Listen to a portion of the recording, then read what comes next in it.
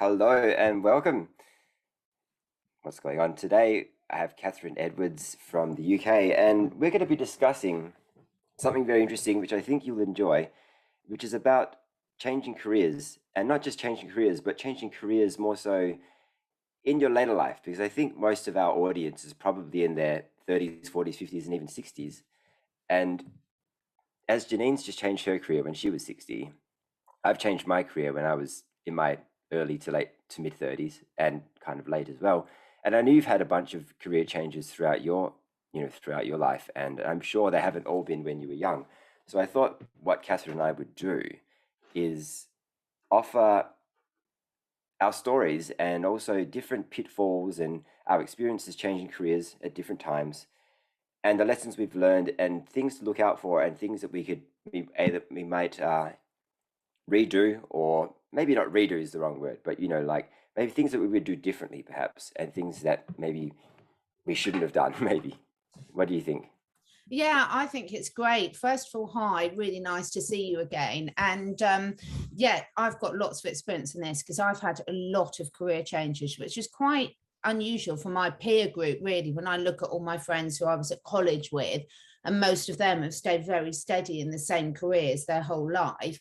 And I look at how many I've had, and there's certainly so many lessons along the way, which, yeah, I'd love to share, David. Yeah, awesome. So why don't we start then with a little bit of a brief background on what your career that you started out with, and perhaps why you made the change, why you decided to make the change in the first place. Yeah, so I mean, I'll try and keep this brief because it's quite a long history. Yeah, When I, we'll keep the stories brief, but then we yeah, can we'll keep the dive story deeper into the brief. lessons. Yeah, I mean, I graduated as a biologist, and back in those days when I graduated in the 1990s, it was very, very limited, the career choices you had. It was sort of go into industry, go into public health, go and be a researcher in the jungles across the world, which is what I really wanted to do. That sounds good, that one. And so, yeah, but a lot of my friends ended up going into the pharmaceutical industry. And I knew I did not want to do that. Now, all the while, I've always wanted to go off traveling. So after university, I took a year off and went traveling, mainly around Australia. I'm so pleased I did that because I think it really allowed me a time to clear my head and get to know myself better. Because I've always loved education. Yes, there are things wrong with it, but I'm a strong believer, David, that you get out what you put in. And if you go and look for the good bits, you'll find the good bits. If you look for the bad bits, you'll find the bad bits. So I felt really lucky. I was the first person in my family to ever go to university. So I was really grateful for the opportunity and had a wonderful, wonderful time there socially. And I loved the subject I was studying. But going off traveling, when a lot of my friends went straight into jobs, was really good for me because when I left uni, they were very much encouraging people to go and get a job with a big company that you could climb up the career ladder, up the typical sort of management ladder, get a good pension at the end. And I never wanted to do that. I just didn't appeal to me at all. Even though from a financial side of things, because of my family history, I had quite a lot of insecurity around finances. So when I came back, I was lucky enough to get some really good job offers, but I turned them all down and I ended up working for someone I knew worked for a waste disposal company, believe it or not. But I always loved the environment and I wanted a job that was going to allow me to sort of do it my way. And I just went into this company, had the most brilliant boss who was a real maverick, really old fashioned company. When I went there, David, they didn't even let the only ladies that worked for the company were secretaries and cooks. And there's nothing wrong with that at all, but it was very traditional, very old fashioned like that. And people would frown on it now, but it worked brilliantly. When I went there, and I went into sort of a different role, and I'd be the worst secretary in the world. But I was like, you're not even letting the women in the dining room. This is ridiculous. So within 2 weeks, I got that changed. So I went into a very so-called stuffy company, but they were really open to change. What had happened was no one had ever asked for change before. Right. And when they asked, they were like, yeah, sure, of course you can all come in if you want to. So right from It's my crazy. first job, I realized that a lot of restrictions and things that people moaned about in their careers and weren't happy about was simply because they hadn't chosen to do anything about it. So I stayed with that Yeah. company and I learnt a lot and I really enjoyed it. But then I decided I wanted to go off and earn some money. So I then changed and went to work for an environmental consultancy for a while, all the while building up my experience. And right from the word go, I was always put in charge of managing teams because one of my real passions is getting the best out of people. I'm quite a good team player in that I'm good at organising. Sorry, I've got something in my eyes, really bad hay fever here at the moment. But equally, I love the fact of putting a good team together because I've always realised that, I suppose because I've always played a lot of sport, you can't have a team full of strikers or a team full of defenders. You've got to have a goalkeeper, you've got to have defenders, you've got to have midfield, you've got to have strikers, and they're all just as important as each other. So I've always taken that forward into the workplace and made sure that, you know, every member of the team is really valued, because it doesn't matter what your official job title is, you're all really needed. And if one part of that team breaks down, then myself as the manager is going to get the brunt of it, because, you know, I'm responsible for the delivery. So I did environmental management, decided I wanted to change, thought, right, this is nice, but I wasn't really liking where the options were to going. So then I thought, right, let's get into a more modern company. And I don't know what it was, David. It wasn't And that how old were you when you when decided I to make was that first that, change? I would have been, when I then decided and I ended up going to telecoms, I would have been mid to late 20s. And you'd been So in your probably job mid, for pardon?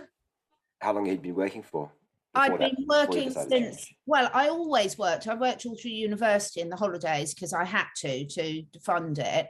But Yeah. in terms of proper careers, I sort of started when I got back from Australia when I was about just under 22, went in and started working full time. And a lot of the time I also had an evening job in a pub as well, because just needed Right. the extra money. And I had my old horse I was looking after, so I had to pay for her. So for a lot of my 20s, I was doing a day job, doing my horse before and after work, and then going to work in the pub in the evening. But again, I enjoyed it. I wasn't a Yeah. problem, because I Yeah. was working with a nice bunch of people, and it all gives you different skills. So working in a pub really taught me how snobby people are about people's job roles, because if I put Yeah. Yeah. I and got went some to stories about that present too. at a Yeah. meeting, people would treat me in one way, and when I was a barmaid behind the bar, people would make assumptions with you and speak to you and treat you another way. Yeah. um, It's very funny. Not which funny, but it was really peculiar. interesting to see, really interesting. So I think it did me a lot of good. And when I was traveling around Australia, I did all sorts of weird and wonderful jobs. So that's probably a conversation for another time. But when I then decided to have a massive career change, everyone thought I was mad, because, you know, I built up quite a reputation in my industry. I was doing the normal climbing up the ladder, but I was just bored, David. I didn't not like it as such. I just thought, I can't see myself here in a few years' time. I need to challenge myself to something different. Mm. So I thought at that time, I thought, oh, a lot of my friends are working for big companies in nice posh offices. I was out in a porter cabin in the middle of nowhere. They've all got gyms, they've got canteens. Oh, that sounds a bit of luxury. Let's go for a corporate style job. So I saw an advert for Nokia saying leaders for the future wanted. And I thought, well, I'll apply for that. Had no idea what the job was, because they didn't say, they just said leaders for the future. Okay. Yeah. So I went along, and at the interview, it was very odd because they wouldn't tell me what the role was. And at that stage, I'd never been in a factory in my life, and I had no idea what a base station is. Base stations are basically the equipment that run mobile phone networks. Now, bear in mind, this was in this was in the late 90s, early 2000s, because it was before I had my children, and I had my son in 2000, so it would have been late 90s. You know, all this technology was pretty new and pretty exciting. So I went along to the interview, and I got on brilliantly with the two people that interviewed me, but they wouldn't tell me what the job was. And then they went and Not showed, even in the interview. well, right at the end of the interview, they then, which went on for an extra hour, so we got on really well, they went and showed me around the factory. Now, up until the stage when we went around the factory, I was thinking, wow, I really want to work with these, because I'd never met anyone quite like them. They were just really, really vibrant, is the best way I could describe it. They'd come from very different backgrounds, had really worked them way up, and their enthusiasm for what they were doing was off the scale. And then they took me into the factory, and I was like, oh my God, bright fluorescent lights, great big factory, wearing white lab coats. I thought, I cannot work in that environment. So they invited me back for what they had the assessment done. And I said, no, I could not see myself working in that environment. Because I'm like an outdoor person. So my jobs up until that date had a really good mix of being out and about and moving my body and being out in the fresh air and in the office. And I really enjoyed that. But they persuaded me to go along. Cut a long story short, I said, okay, there's something about you guys I really like, even though the environment doesn't appeal to me. But then they started telling me about how I'd be going on business trips to Finland and Dallas. And I thought, oh, hang on, that sounds quite good then. So I went along, joined the company, talk about being thrown in the deep end. But this is a really good lesson for everyone. People might tell you a lesson, don't wait until you can do it. If there's something that's drawing for you, go for it. So I went in, they threw me in the deep end, and I just loved it, because people get slag off a lot of big companies. I must say, Nokia, best company I've ever worked for.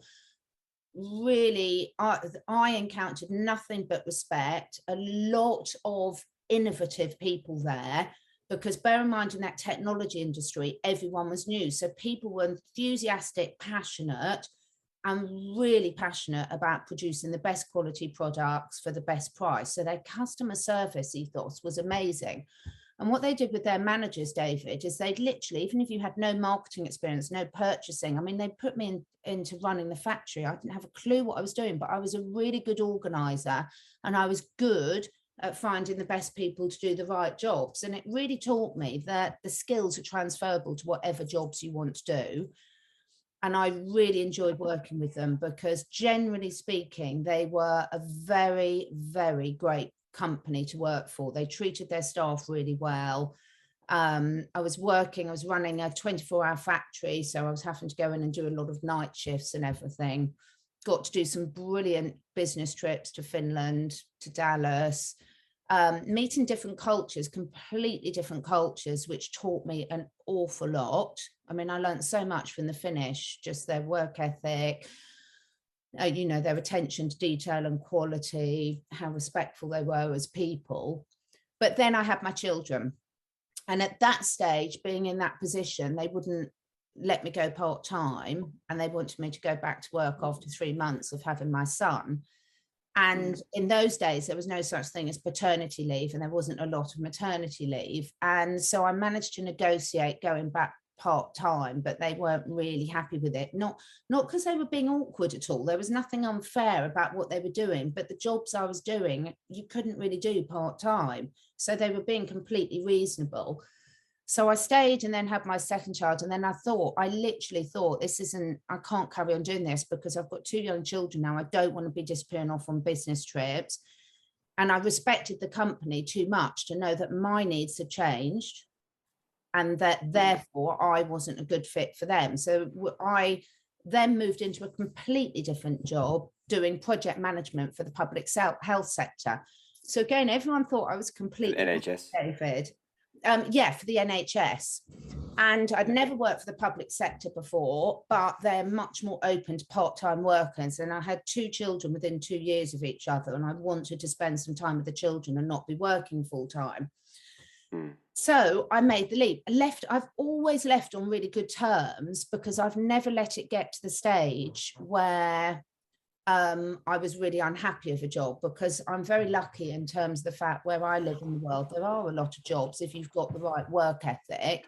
And so with the Nokia job, it wasn't that they did anything wrong. It's just I thought they need someone that can really commit and do full time and go off traveling at the drop of the hat. I'm at a different stage of my life, because I've got children now, and therefore I recognize that I couldn't, I didn't want to be doing what they needed someone in that role to be doing. So, and I've done so many project management jobs. And the good thing is about project management, David, as you probably know, is the skills are transferable to absolutely any industry. So I did absolutely. Yeah. I did another big jump, and I went into the NHS, the public sector, as a business manager for IT and property. Again, areas that I had no expertise in at all, but the skills I had was in managing. So I was very good at delivering on time. I'm really, really good at delivering projects on time to budget. And I find that very easy. It comes very naturally. I'm very good at risk management. So I went into there because they were happy for me to do that level job on a part-time basis, because the national health and public sector are much more open to part-time working. But I hated it.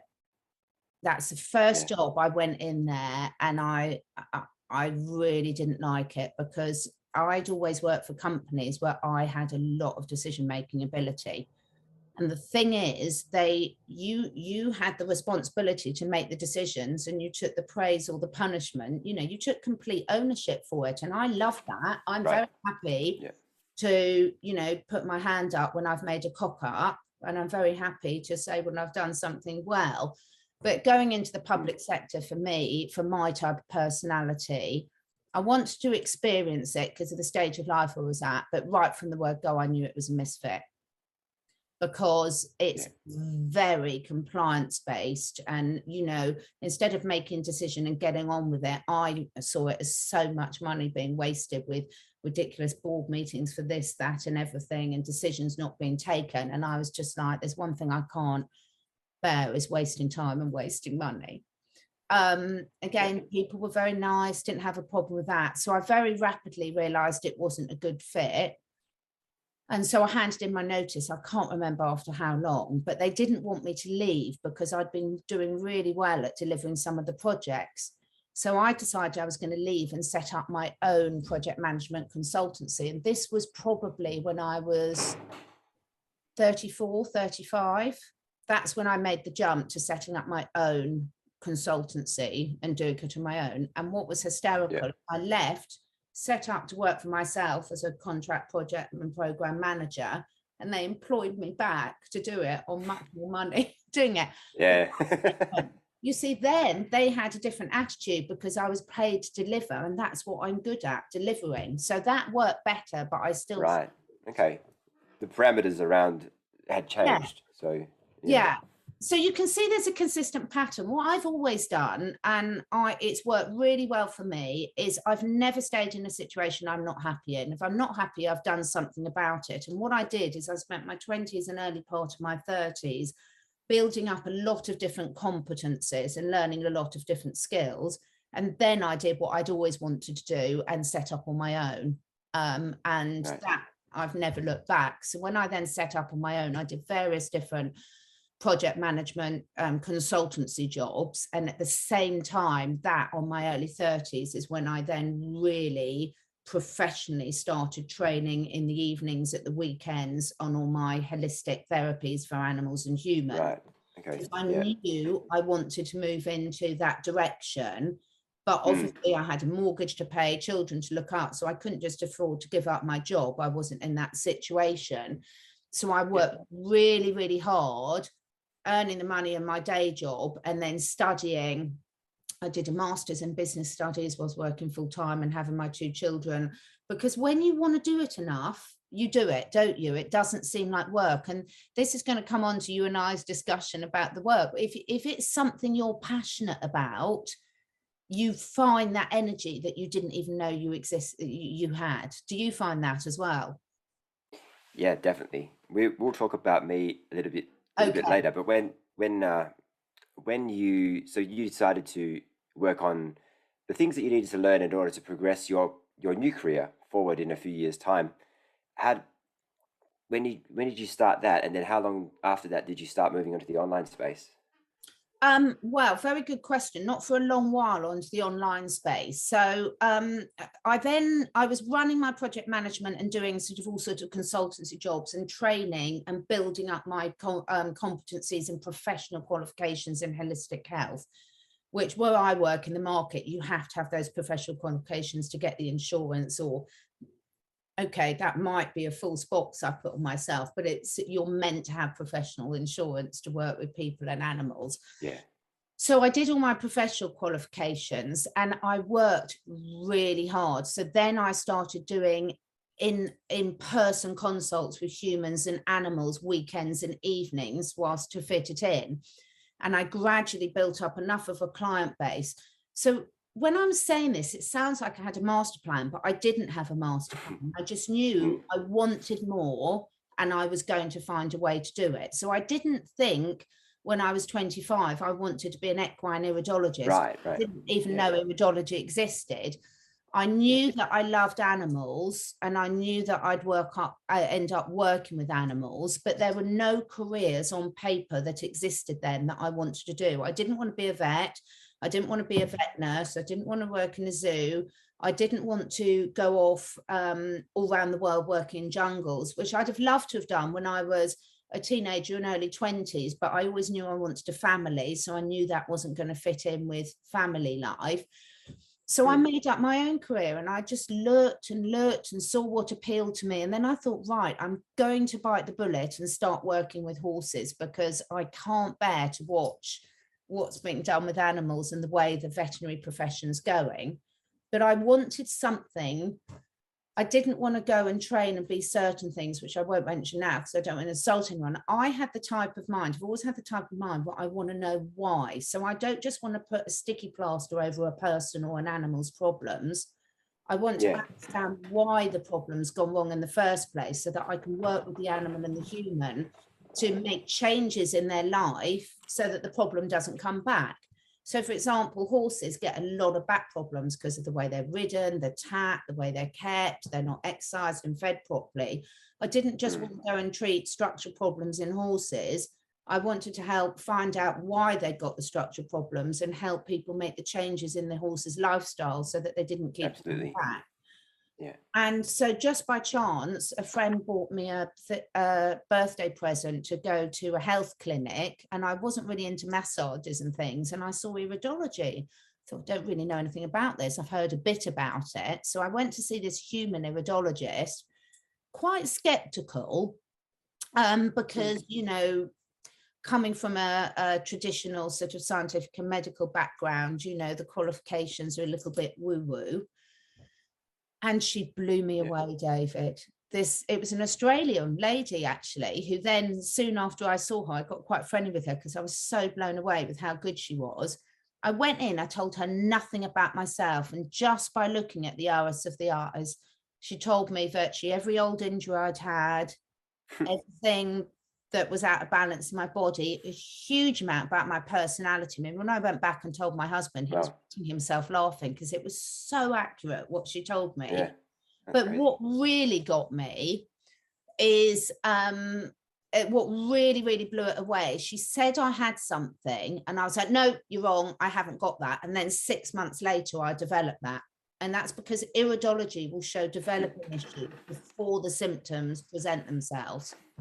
So 6 months after my iridology consult, when then I realized I had what she told me and I told her she was wrong, it's just I didn't have any symptoms then. I was like, I've got to learn this. That's crazy. So yeah, so what I've done is I've followed what my interests are. And not had a plan of how it works. So when I gave up my corporate career, because by this stage, my project management consultancy was doing really well. And I was, you know, I had a choice of clients. I was earning a lot of money. I was lucky enough to sort of pick projects that I wanted to. And my whole family and peer group and friends all thought I was absolutely mad when I said, I'm going to give this up and be an equine horse iridologist and herbalist. They were like, they really thought I'd had a breakdown. They were like, you can't do that. What's the point of all this studying you've done over the years to throw it all away for going to work with horses? You know, a lot of snobbery in it. You're earning a lot of snobbery about money, you know, because very much my generation, my peer group where I lived, a lot of the way people judge you is by your job title, what car you drive. Oh yeah, for sure. Same where I am.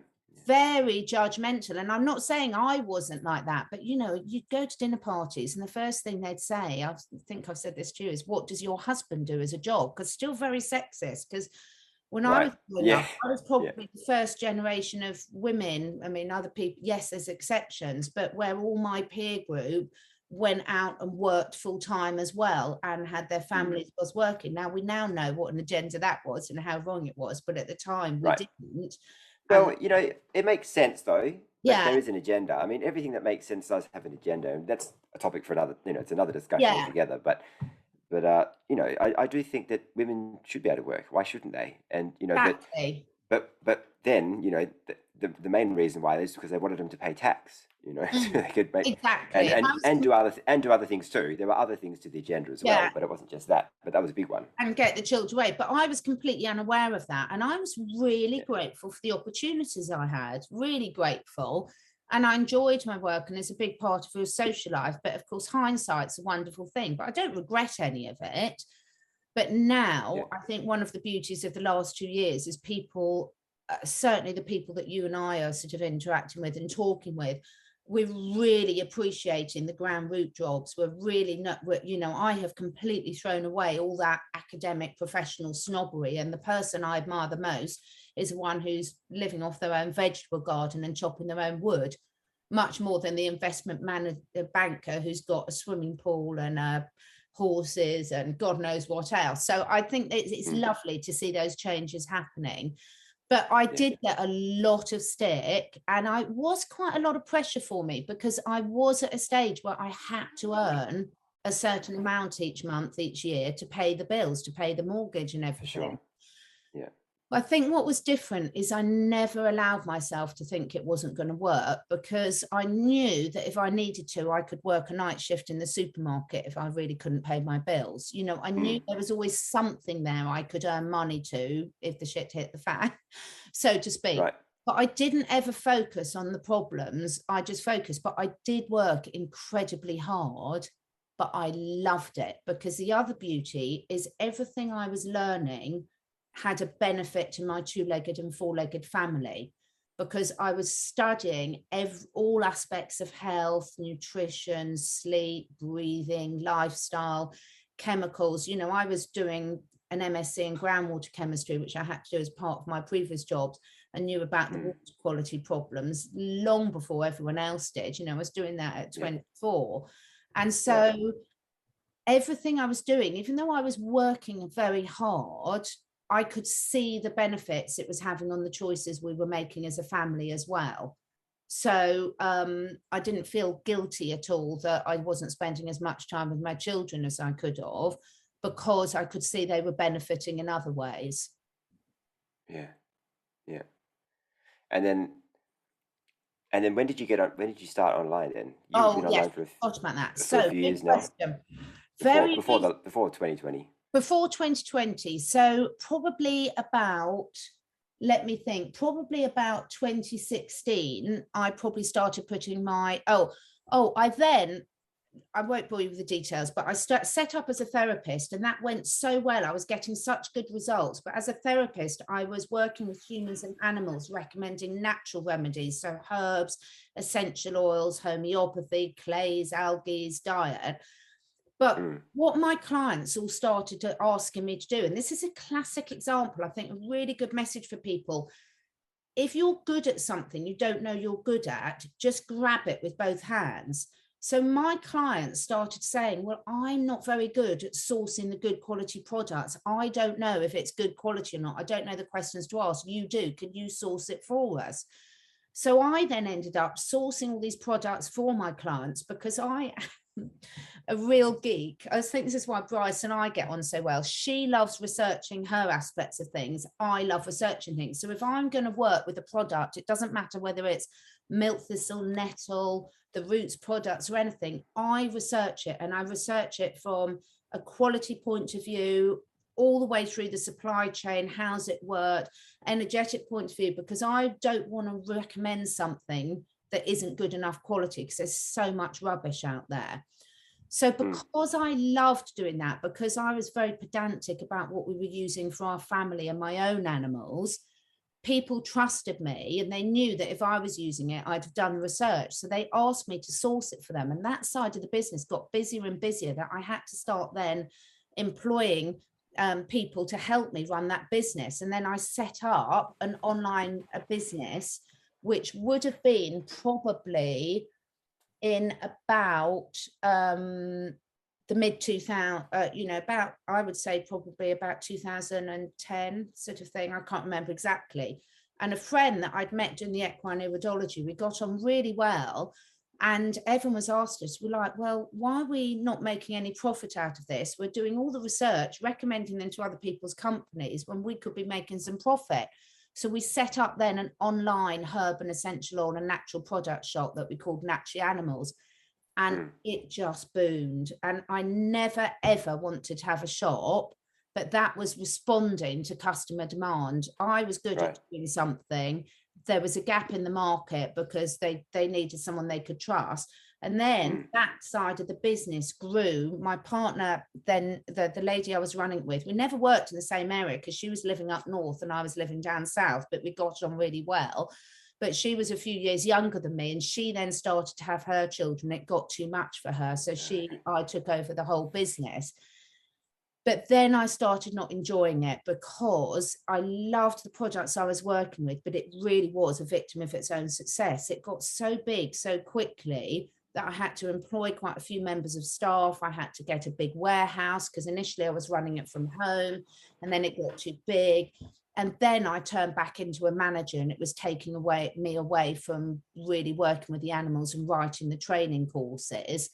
So this is probably the one thing I would change. I'd realized for a few years, because I was then had quite a few problematic members of staff that were really draining energetically wise. And I learned a lot through that experience, but I decided I was going to sell it, the business, but I had no idea how to do it because it was such a niche market. I couldn't really find anyone that could help me how to do it. And then just by luck, my dad got really, really ill. I was working silly hours. I thought, my dad's not going to be around for much longer. I need to get rid of this side of the business to free up some time. So I just thought, well, no one else can tell me how to do it. I'll just do it. So I just put it on the market, wrote to all my customers. Again, this is another thing. Don't let anyone stop you. If you don't know how to do it, I had all these professional business people, and what they were telling me how to do it was just ridiculous. It was going to cost me so much money going through these ridiculous processes.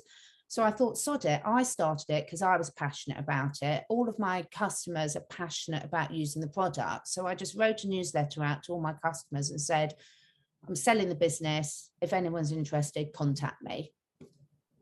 And I had a barrage of people, some of which were serious and some weren't. And then I found this lovely family that wanted to buy it as a family business, and it was perfect for them because they lived on the farms. They didn't have to pay out the extortionate costs that I was paying for a warehouse in Surrey and things like that. Right. But just the day we were going to sign the deal, sign on the dotted line, that was the day COVID hit in the UK, and they shut down all the hospitality in the UK overnight. So it was literally the day we were signing on the dotted line to hand the business over to them. The UK went on, big announcement on the TV, we're shutting down now, people are locked in, they're not allowed to go. Their other business was a restaurant chain, and they shut down. The first thing to be shut down in the UK was the hospitality of the restaurants going out to eat.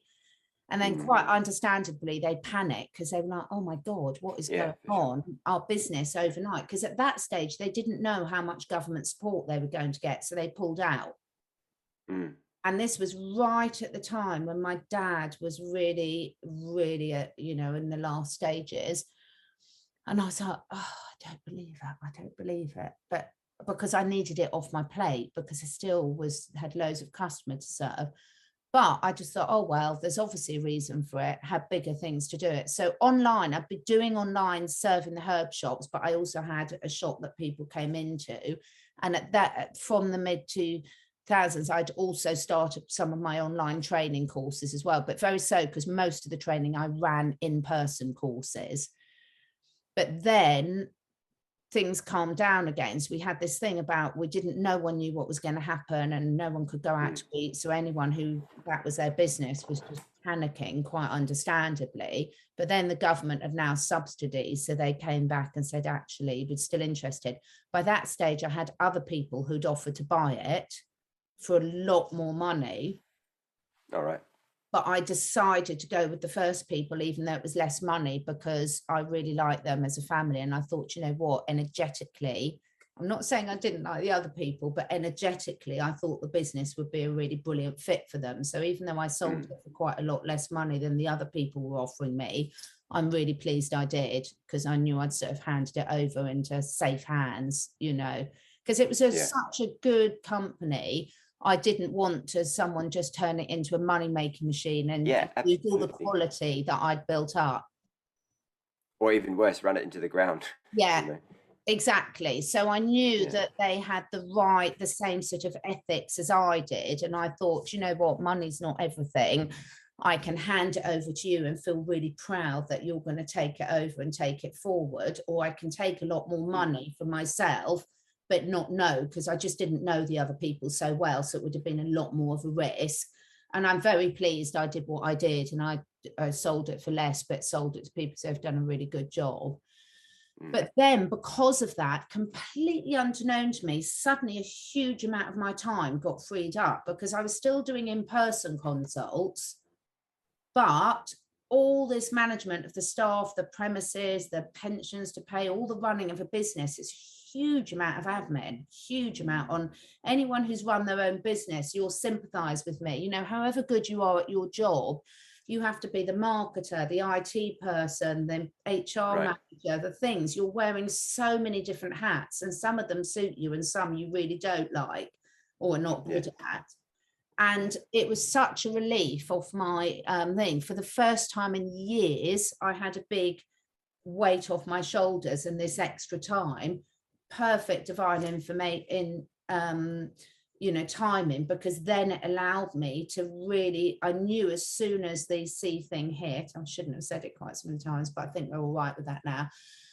I knew it was a complete load of bollocks, but because I'd managed to get rid of this, then I could have that time that I could spend doing the research that I just wouldn't have had the time to do otherwise. Yeah, right.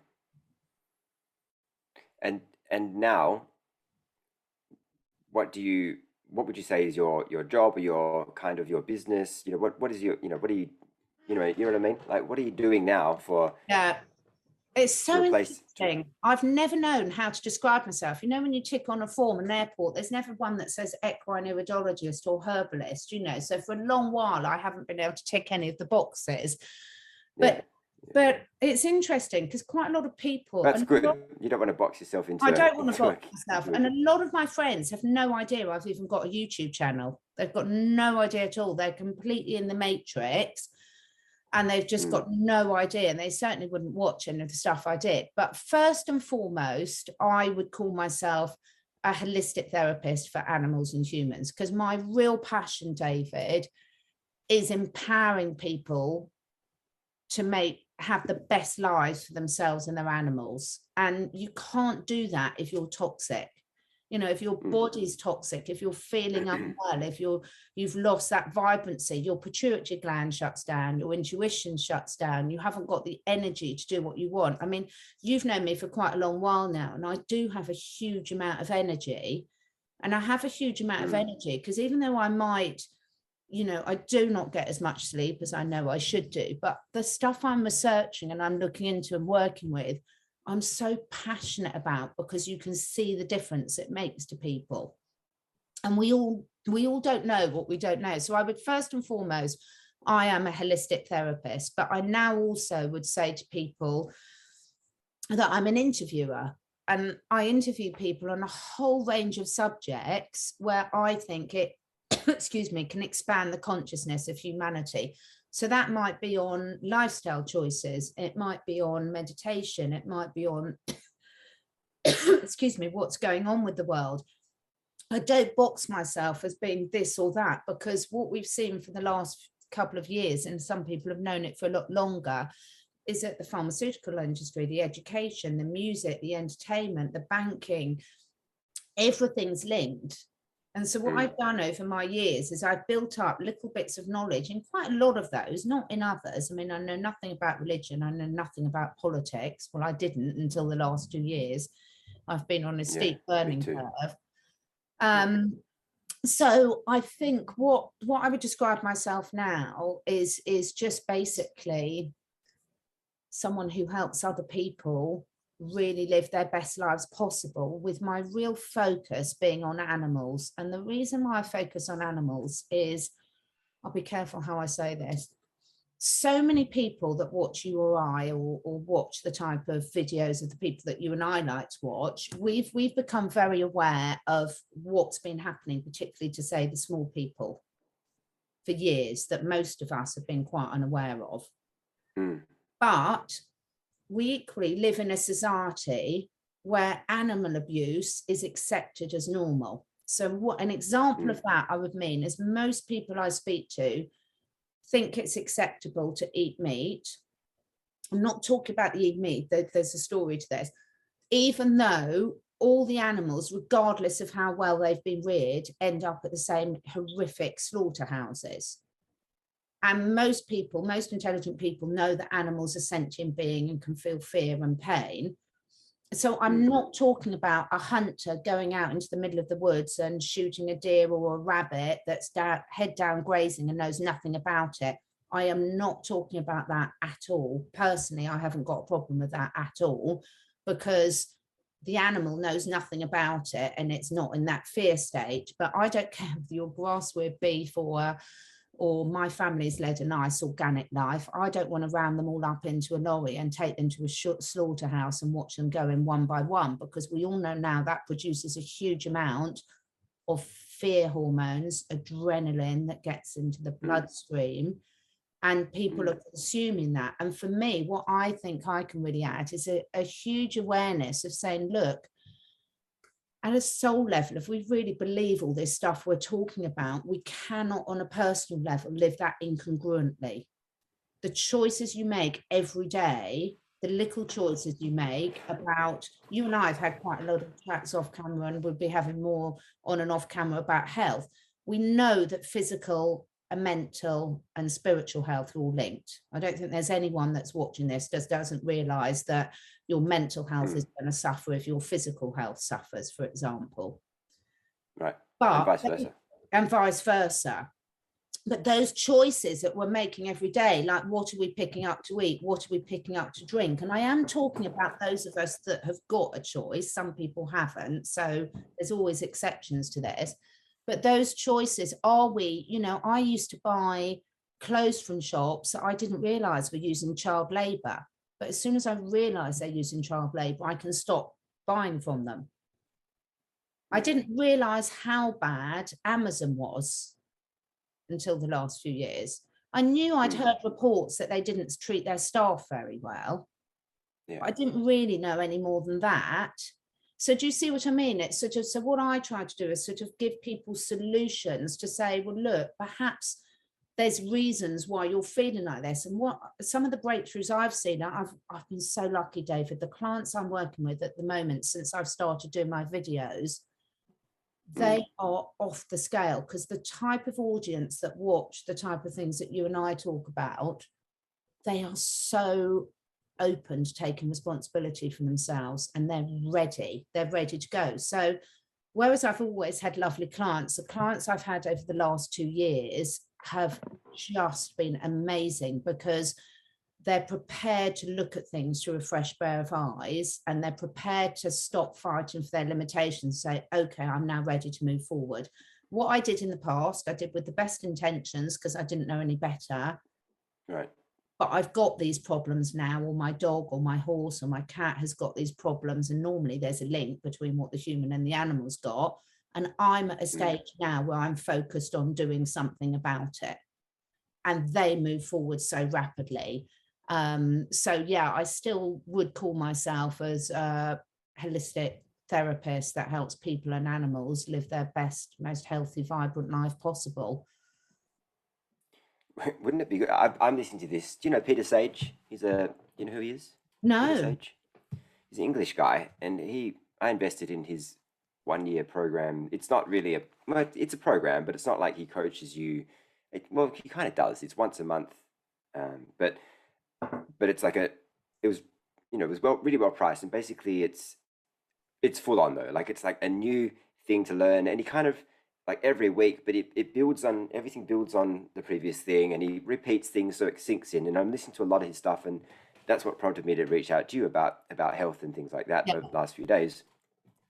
But one of the big themes that comes up is the levels of consciousness and really just taking responsibility for your life. And I really feel that just enough people don't take responsibility for even the smallest things. Like how can you possibly expect to be somewhere else or progress or achieve your goals and dreams or whatever it is if you're not even going to take responsibility for the food you eat, Exactly. or other things, something even stupider than that.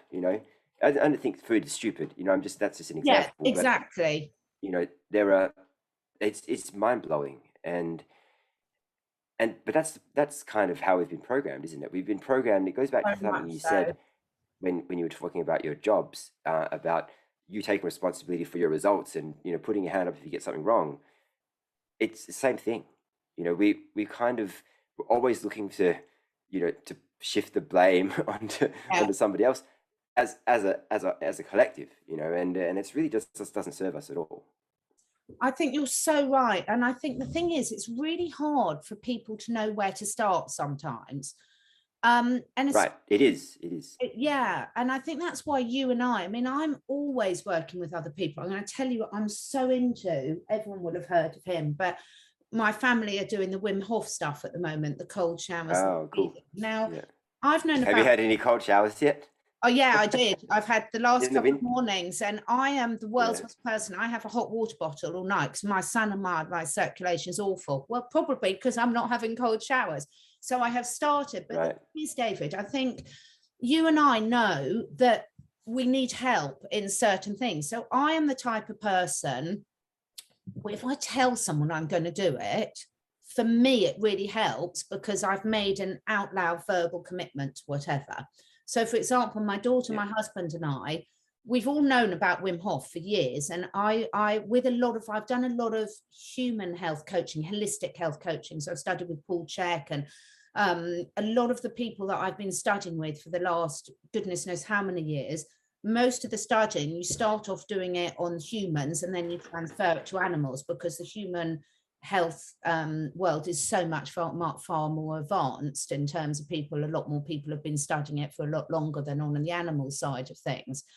But what I Yeah. think is really important for people is to start somewhere and to get someone to help you if you need to. If you need an accountability partner, now if you've got a group of friends and you can do that for each other, do that. And if not, do what David and I do and join certain programs to help us stay accountable and keep us on track. Because Wim Hof I've known for ages, but I get enthusiastic about things and I didn't keep up with it because I really struggle with the cold showers because I feel the cold so Yeah. much.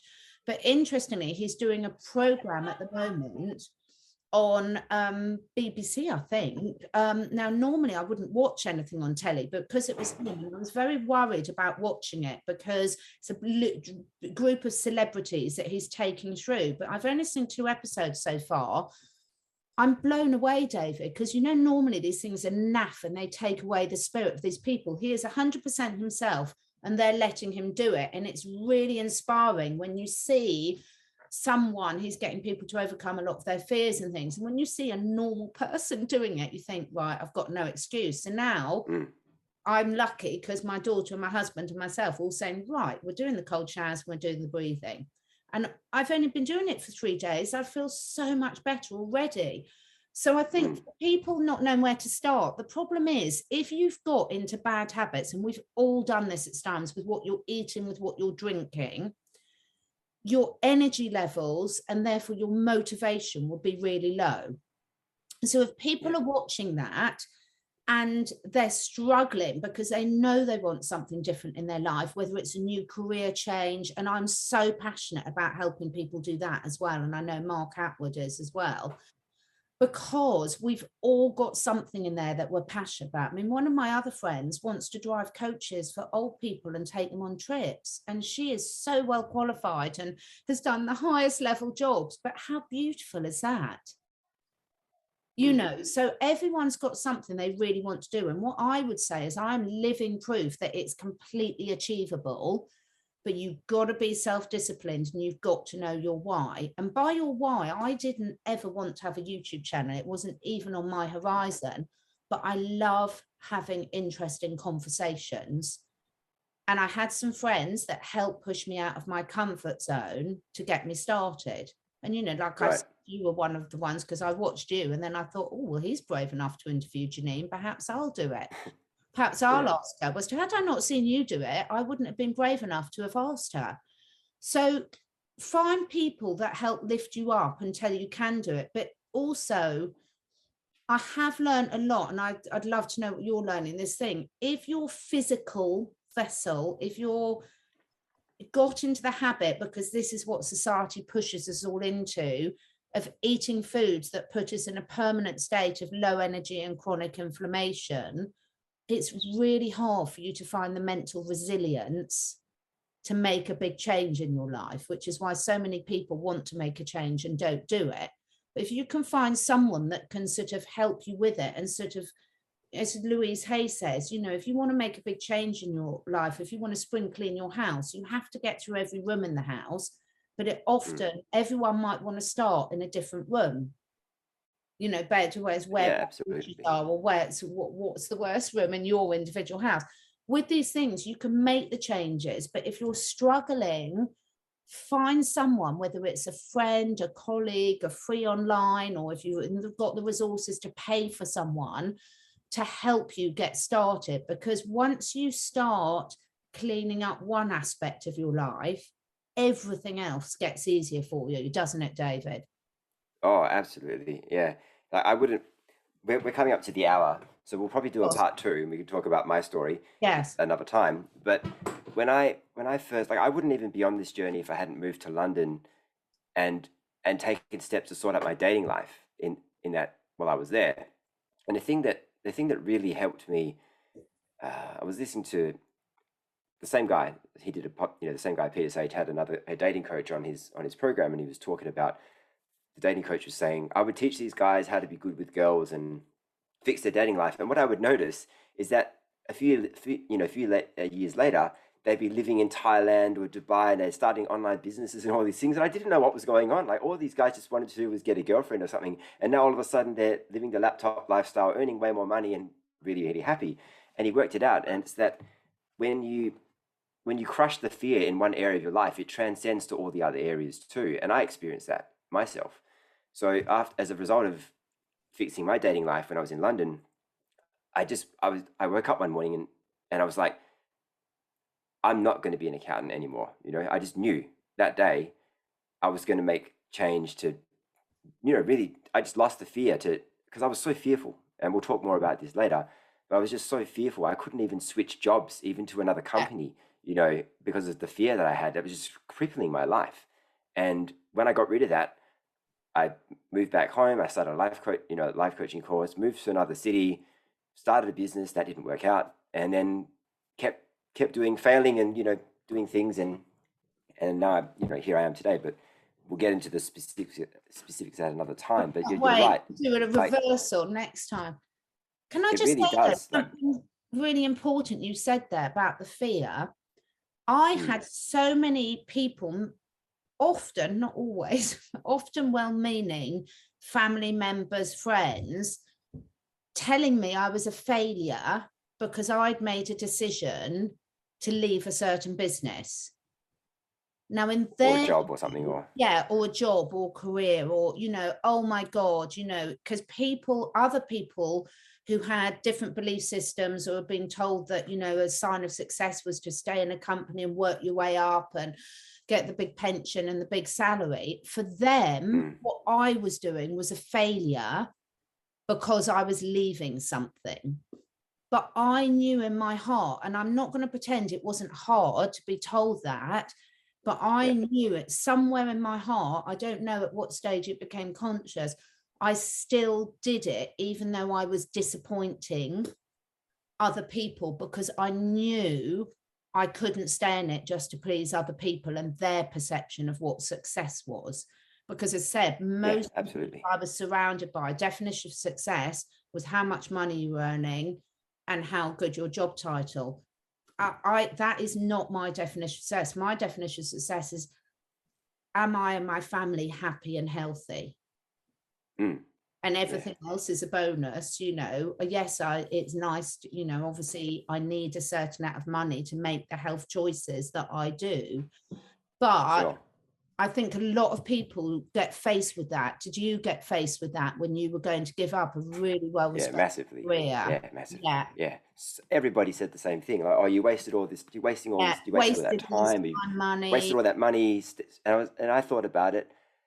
And what I have to say to that is, I personally, I feel like I made a mistake going into the career I did. I Mm, don't want to have to pay for that mistake for the rest of my life. no. Just to please somebody else who in all in, who may have my best interest in heart, or be a friend, but necessarily they don't live my life. My parents said the same thing. They're like, Mm, you effed your career up. You wasted all that time. And I'm like, if if I decided to make the change, let's pretend I decided to make the change pre going to London. And I was like, okay, I'm done with this. I really need to make a change and choose something else.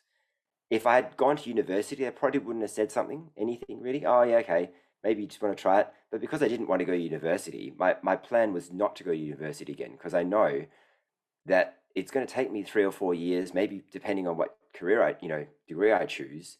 Then if I get to the end of that degree and I don't like the job, then that's a waste of time, isn't it? mm. Like, so, well, not really, but it is kind of, because you've just spent 30, 40, 50K or something on a degree. And then if I don't like the job, then what am I going to do? Repeat the process? Like, it's Yes. stupid. So, you know, my whole thing was, I want to find a new career that doesn't involve me spending 3 years of study, something that I Yeah. can do and earn while I learn, which is really important. And the great thing about the internet is there are so many courses out there that you can do that with these days that don't Exactly. cost $30,000. They don't even cost $2,000.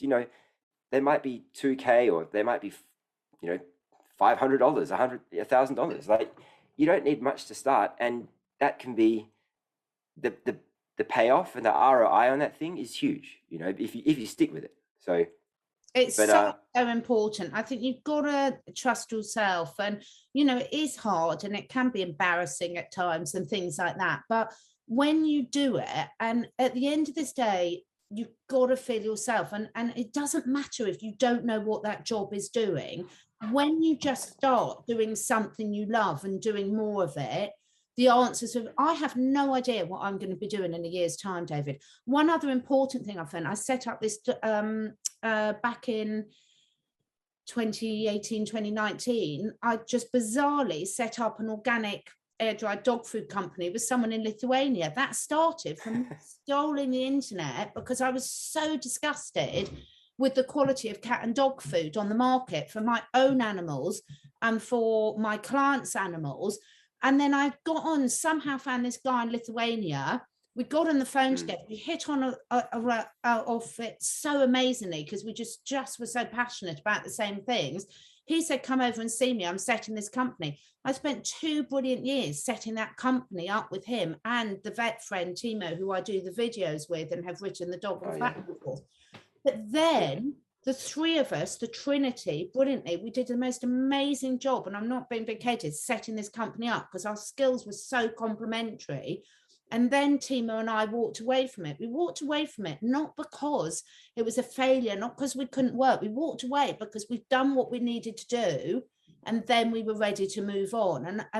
If I have one message from people, it's like, don't be afraid to move away from something. Like David and I have said, our experiences, they're not wasted. You've always learned something. But if you're being called to move on to something else, do it. Just do it, because I found that really easy to do, and we're still really, really good friends. I mean, I've interviewed Runus, we're still doing some stuff together and things, but I'm not involved in the running of the company anymore because I knew I didn't want to do it. He's absolutely brilliant at it. So when when the time is for you to, whether it's move away from a relationship, from watching a YouTube channel, from believing what your politician says, whatever it is, if you're getting that inkling, follow it, and don't worry if you don't have a master plan, because if once you start taking that step, the path will start to open up for you. Yeah, that is true. I'm unlike you, that I stuck with it because of fear mostly, and not knowing, because we don't know obviously what we don't know.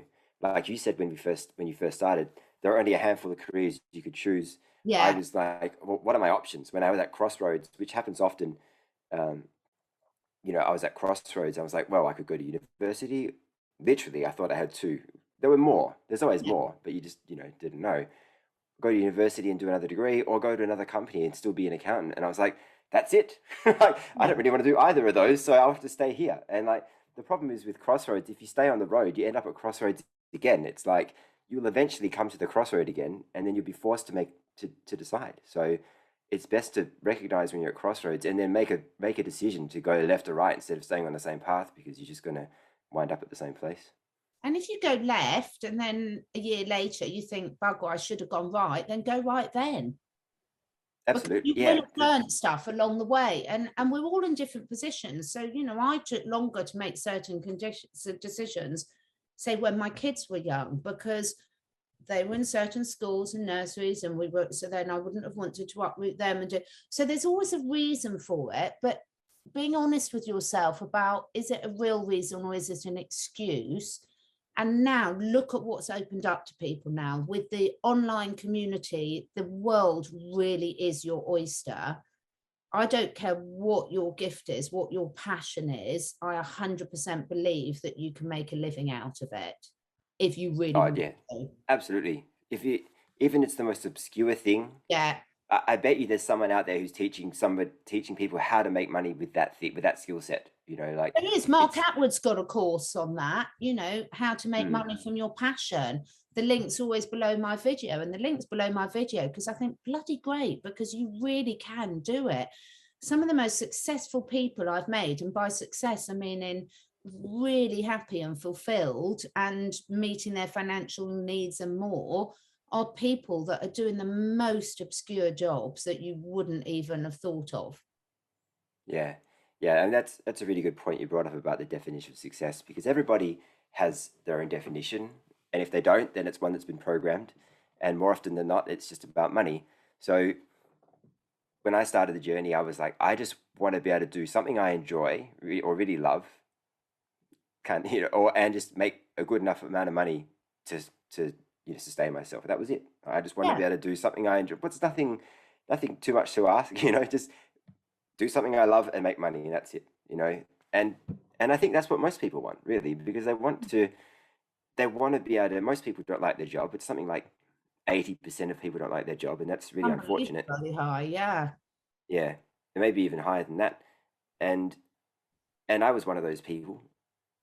But the thing I learned is that you don't necessarily need to go out and start a business either. Like I thought, okay, well, I have to go and do a business now because I just want to, you get that entrepreneurial seizure and you go, I'm going to go do a business and that's the only way I'm going to make it. But then I realized after a while, I was like, that was coming from an ego perspective. I was like, that's not true. All I really want is to do what I just said, I don't care if I'm working with someone or for someone, as long as I'm doing something I enjoy and making good money.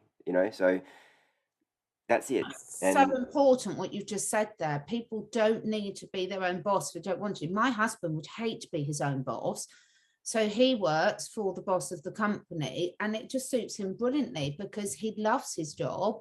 He loves his role. He's got a completely different skill set to his boss, and he doesn't want the responsibility of running his own company. That's not his oh, personality. it's a huge responsibility. Running your own company is not easy, and No. especially if you don't have sales skills or marketing skills, Yeah.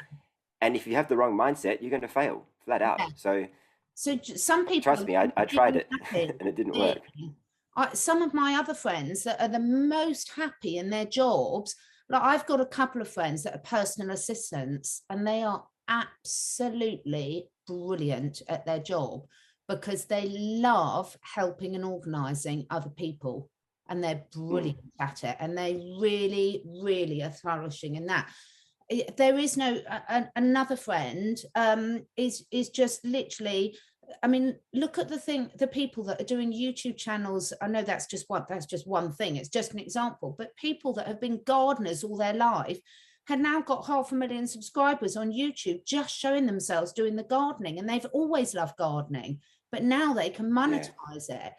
And you know, one of my other friends is a postman, and he absolutely loves it because he can listen to his podcast, he gets Yeah. fit out in the fresh air all the time, and he finds it very unstressful. He's really, really happy. So there's no Mm. judgment in anything. You don't have to go off and set your own company up. You do that, No. you know, but you know, there's so many things that people can do. You know, life's too short to not be happy. So if you're Yeah, not absolutely. happy, it doesn't matter if someone else thinks you should be happy. Just honor your feelings and say, right, what am I going to do with it? And it might take you a year to make that change. It might take you 3 years, it might do anything. But if you're working towards your goal, you'll be so much happier. Yeah, and I think once you find that thing or the handful of things that you enjoy doing, you naturally find the energy for it. For one, you know, Yes. you will, you know, like you won't even bat an eyelid at putting in 4 to 5 hours into the thing that you love on top of your other responsibilities, because you enjoy it and you'll be in the flow state and everything. But once you get to you might even find that it comes together a lot quicker than you thought, you know, like. Exactly. And in your case, because you started working on things, you know, beforehand, not necessarily that you had a plan, Mm. but you started working on things because you also know, I think most people don't really want to work the same job forever. We just don't, you know, like You we change. have to evolve. We need change. We need to evolve. So it's a good idea to, if you just focus on the things that you enjoy, then maybe at some point, you know, a few years later, you go, okay, maybe I'll do that. You've got this extra skill set now that you can monetize, you know, and Completely. And also, mm, if you are doing, I just another example, because I do think these examples are really important, because everyone is different and one person's definition of what they want and likes they far. I have another very good friend who is in a very high paid corporate job, which she's not particularly interested in, but she earns a lot of money, and that money gives her complete abundance to do all her things she's really passionate about in her spare time. So for her, that works perfectly because she's on her own. She's a mm, single mum. So for her, what gives her real joy in things, she's got a job. She doesn't hate it, but it's certainly not her passion. But it gives her such abundance that she can then do all her things that she's really passionate about in her spare time and not have to worry about money at all. And for her stage of life at the moment, that fits her perfectly. So there is no right or wrong answer. If for you, you need to be earning a lot of money to take the pressure off yourself and be able to fund other passions, and that might be your answer as well. So we're not saying that earning a lot of money is no, bad. You know, you do what feels right for you, and both David and I have had to sort of let go of a lot of external judgment, because what other people, even if they're doing it from a loving place like parents, what they think are right for you might not be right for you, and they might have grown yeah, up at the time absolutely, they didn't have the choices that we've all got now. yeah, for sure. You know, and you know, make a good point, like about earning money, because a lot of people find, you know, people have very interesting beliefs about money, Yeah, and you know, nothing wrong with wanting to earn a lot of money. We all need it to live, but there's nothing wrong with wanting to earn more so that you can do more with it. You know, maybe donate to more charities, maybe provide a better life for yourself and your family, or whatever. You know, fill in the blank. I just don't think that, you know, but we can we always have a negative association with money, you know. So yeah. unless we check it and then flip it, otherwise it'll stay there. So yeah, there's nothing wrong with earning money. Yeah, we're all unique, and we're all, you know, and different stages of our life. You know, what I want to do now, you know, everyone else, a lot of my friends around me are saying that they can't, they just want to go off traveling and everything. I've done my traveling, and I'm not saying I don't love seeing different places of the world, but I've been to so many places of the world. I've worked with elephants in Zambia. I mean, if you'd have told me as a child, that it's just like every tick box off my vision board, you know, and hopefully I will do as it again. But now I'm at a stage where I'm loving being at home with my animals, doing my vegetable farm, because I'm older and I've worked abroad and I've done loads of traveling and I've backpacked and I've done this. Other people are desperate to go off and have traveling and don't want any ties and they don't want their own house. So it's completely unique to not only you, but where you are in your life right now. And I think that's really exciting, because I personally think the opportunities have never been better for people. And I think all the rule books are being rewritten or hopefully ripped up and thrown away. Yeah. And I think that's really, really exciting for people, for everyone, whatever you want to do. Yeah. Speaking of travel, we've just kind of started opening up more so in Australia. Have you? Yeah, apparently even the jabbed can fly overseas now. So Oh, brilliant. that's really interesting. And but the strange thing is that I think there's still some sort of ambiguity around flying interstate. And I also think that if you do leave, and especially my state, because we're the worst, probably one of the worst in the world right now Yeah. with mandates and things, uh, you might not be able to get back in. So Yeah. I don't know. It's a bit touch and go. I think it depends. Like I did see, Graham Hood, the pilot. Yes. Oh, He just drove into my state yesterday oh, or this wow. morning from another state, and he got in fine. So I think it's okay.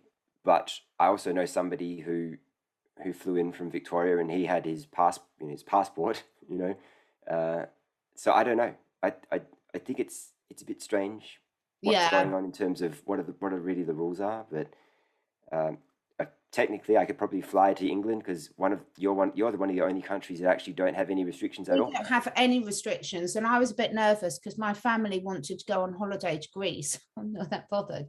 And I was like, well, I'm not going if I've got to get a test, because I've gone the whole way through without having to take a single test, which is amazing. And I'm so happy, because that's Mm. important to me. Might not be important to other Yeah, people. for To sure. Me me, too. it was really, really important.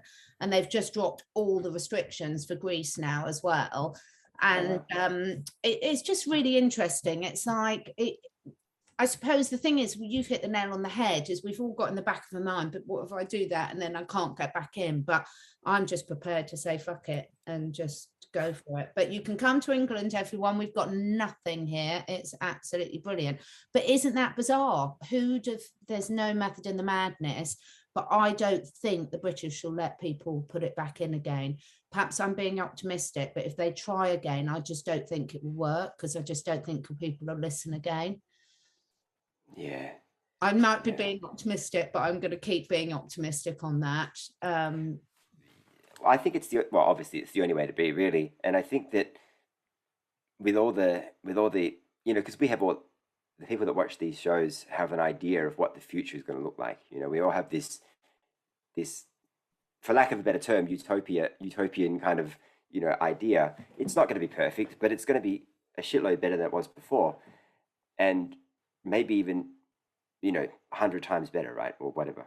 But I think it's the only way to think about the future, isn't it? Because the alternative is not good. The alternative Exactly. of what we could have in our minds and as a collective is not good at all. So No. why wouldn't we be projecting this seemingly impossible, scenario of what the future could be? Because in my opinion, it's the only way to really think about it.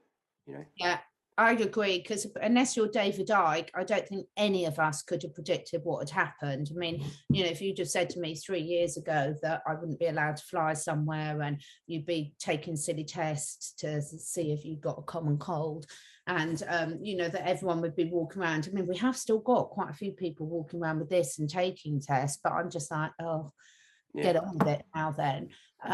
But you wouldn't have known. So the thing is, things can change so quickly, and it is a bit ironic, because I've always done project management professionally, and yet I don't plan the important things in my life. I might have a short-term goal in terms of Yeah. like I want children, or I've got my vision board over there that I've just redone, and I want a lifestyle that allows me to be with my family and animals at the moment, and learning and sharing knowledge about things I'm passionate about. but I don't Mm. worry about the how. So I might know what I'm looking to achieve, but what I'm doing in a year's time, I honestly couldn't tell you, David.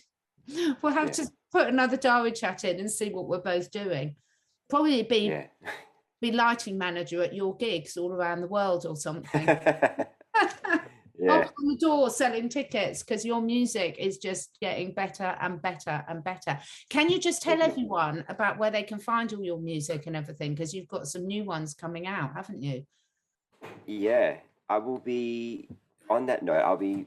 I've got a Bandcamp page, so it's got all my songs. So I don't have Spotify yet. I'm thinking about starting one just to make it easier for people to kind of play the songs over and over if they want to and stream them. But yeah, I've got a Bandcamp page which I'll send you the link to. Great. And I've decided to release a single every month, maybe every 3 weeks, depending on how fast I can churn them out, but at least one a month. So I'll be having another single coming out when maybe Wednesday next week. Wow, brilliant. So look out for that one, and I'll just post it. I'll send you the link for that one too. Brilliant. I Mm. can't wait. I just love it. I love it when I see people that are doing things that they're passionate about everything. I'm the only person I think on the planet that still doesn't use Spotify. So I'll get my daughter to set that up for when you've got it. So but yeah, that's really, really good. So if you send me the link, I'll make sure I put it below all my videos as well, so that people can find that easily. Yeah, thank you very much. Brilliant. Awesome. Next time we're going to find out all about your journey. Yeah, we'll do that. I don't know, maybe in a week or two or something. Yeah. Thanks then, David. Thanks for watching, everyone. Yeah, thank you, and have a good night, Catherine. I'll speak to you soon. Yeah, take care. Bye.